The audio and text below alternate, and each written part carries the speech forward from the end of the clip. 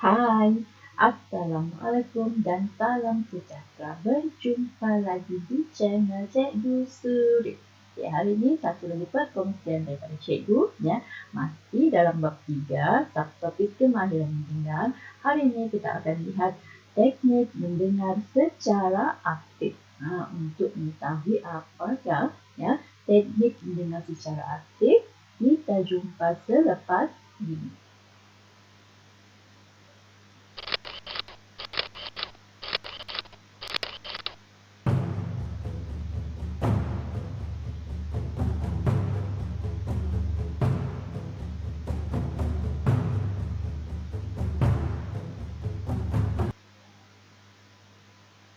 Okey, anak pelajar.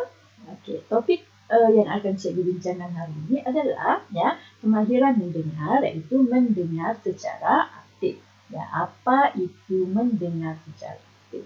Okey, sesi yang sebelum ini, ya, cikgu telah pun menerangkan tentang kaedah mendengar secara berkesan. Okey, hari ini kita lihat pula apa itu kemahiran mendengar secara aktif. Okey. Sebelum itu, kita lihat dahulu objektif kita, ya.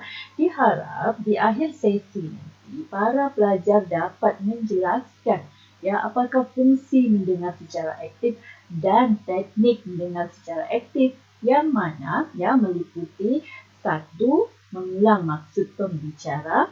Yang kedua, menanya soalan ataupun meluahkan kefahaman terhadap perasaan pembicara. Dan yang ketiga adalah menanya soalan. Okey, ini 3 teknik yang terdapat dalam kemahiran mendengar secara aktif. Mengulang maksud pembicara, meluahkan kefahaman terhadap perasaan pembicara, dan yang terakhir adalah menanyakan soalan. Okey, kita lihat satu persatu. Seperti yang anak-anak pelajar sedia maklumnya, mendengar secara aktif adalah, ya, keadaan di mana pendengar di sini berupaya, ya, menterjemahkan mesej dengan menimbangkan faktor situasi, emosi penyampai, bahasa badan, dan berjaya mentafsirkan mesej yang tersirat. Okey, berjaya mentafsirkan mesej yang tersirat. Okey, ini yang dimaksudkan dengan mendengar secara aktif. Okey, untuk mendengar secara aktif, ya, kita ada 3 teknik yang terlibat. Okey, yang pertama adalah mengulang maksud pembicara. Yang kedua, meluahkan kefahaman terhadap perasaan pembicara. Dan yang ketiga adalah menanya soalan. Okay, ini teknik untuk mendengar secara aktif. Okay, kita lihat satu persatu teknik tersebut. Okay, teknik pertama tadi adalah mengulang maksud pembicara. Okay, apa yang dimaksudkan di sini? Sebagai pendengar, ya, kita cuba untuk mengulang ataupun menyatakan semula apa yang disampaikan oleh si penutur. Okey, tujuannya untuk apa? Ya, tujuannya adalah untuk menunjukkan, ya, bahawa seseorang ataupun pendengar ataupun kita memahami apa yang cuba disampaikan oleh si penghantar. Okey, itu mengulang maksud pembicara. Teknik yang pertama. Okey, untuk teknik yang kedua, ya, meluahkan kefahaman terhadap perasaan pembicara.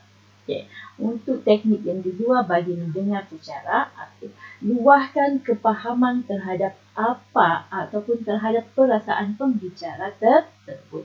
Okey, apa yang dimaksudkan di sini, ya? Sebagai pendengar, kita menunjukkan kefahaman terhadap apa yang disampaikan oleh si penghantar. Okey, tujuannya adalah untuk memberi keyakinan, ya, kepada penutur untuk meneruskan mesej tersebut. Maksudnya di sini kita menunjukkan yang kita itu faham dengan apa yang disampaikan, dengan mesej yang cuba disampaikan oleh si penghantar. Ya, jadi apabila si penghantar melihat pendengar itu faham ya terhadap apa yang cuba disampaikan, maka dia akan berminat untuk meneruskan ya penyampaian mesej seterusnya. Okey. Dan teknik yang ketiga adalah dengan menanya soalan. Okey, untuk menjadi pendengar yang aktif ya kita perlu menanya soalan. Okey. Yang mana di sini pendengar akan menanya soalan terhadap apa yang disampaikan. Okey, ini akan membuktikan bahawa pendengar itu berminat ya terhadap apa yang disampaikan ataupun dengan mesej yang disampaikan oleh si penghantar. Okey, jadi daripada sini sebenarnya penghantar akan mengetahui ya bahawa si pendengar itu faham ya, tahu dan ya memahami ataupun menyelami apa yang cuba disampaikan oleh si penghantar. Okey, jadi anak-anak pelajar itu tiga teknik untuk mendengar secara aktif. Okey, mengulang maksud pembicara. Okey, yang kedua tadi meluahkan kefahaman terhadap perasaan pembicara dan yang ketiga ini adalah dengan menanya soalan. Okey, seterusnya yang anak-anak pelajar, kita akan lihat pula berkaitan dengan apakah fungsi kita mendengar secara aktif. Ya, kenapa kita perlu mendengar secara aktif? Okey, antara fungsi kita mendengar secara aktif adalah supaya kita sebagai pendengar ya boleh membuat keputusan dengan lebih tepat.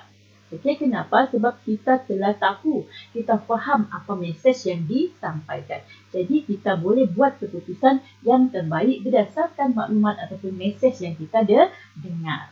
Okey. Yang kedua, ya supaya kita dapat menyelesaikan masalah dengan baik sebab kita sudah ada maklumat, kita sudah input daripada mesej-mesej yang kita terima. Jadi, masalah yang kita hadapi mungkin akan dapat diselesaikan dengan baik. Okey, seterusnya ya, dapat kefahaman yang tinggi. Ya, apabila kita mengulang maksud pembicara, apabila kita meluahkan kefahaman kita dan apabila kita menanya soalan, maknanya kita faham apa yang disampaikan. Okey. Itu adalah fungsi untuk mendengar secara aktif. Okey. Jadi anak-anak pelajar, setakat ini sahaja perkongsian daripada cikgu. Kalau anak-anak pelajar ingat ya, kita ada 3 teknik mendengar secara aktif. Mengulang maksud pembicara, meluahkan kefahaman terhadap perasaan pembicara dan yang terakhir menanyakan soalan. Yang mana mendengar secara aktif ini salah satu fungsinya adalah untuk menunjukkan bahawa kita itu faham dengan apa yang disampaikan oleh si penghantar ya. Selain itu, mendengar secara aktif juga membolehkan kita menyelesaikan sesuatu isu ataupun masalah kita dengan baik. Okey, jadi sampai di sini sahaja perkongsian cikgu untuk kali ini. Okey, teruslah ke channel cikgu untuk melihat perkongsian-perkongsian lain berkaitan dengan subjek pengajian pernikahan. Okey, cikgu ucapkan terima kasih atas kesediaan anak-anak pelajar menonton video cikgu. Ya, boleh share, like dan subscribe channel cikgu ya supaya cikgu lagi bersemangat untuk menghasilkan video-video berkaitan dengan subjek pengajian perniagaan selepas. Sampai di sini sahaja. Sekian dan terima kasih. Jumpa lagi. Bye.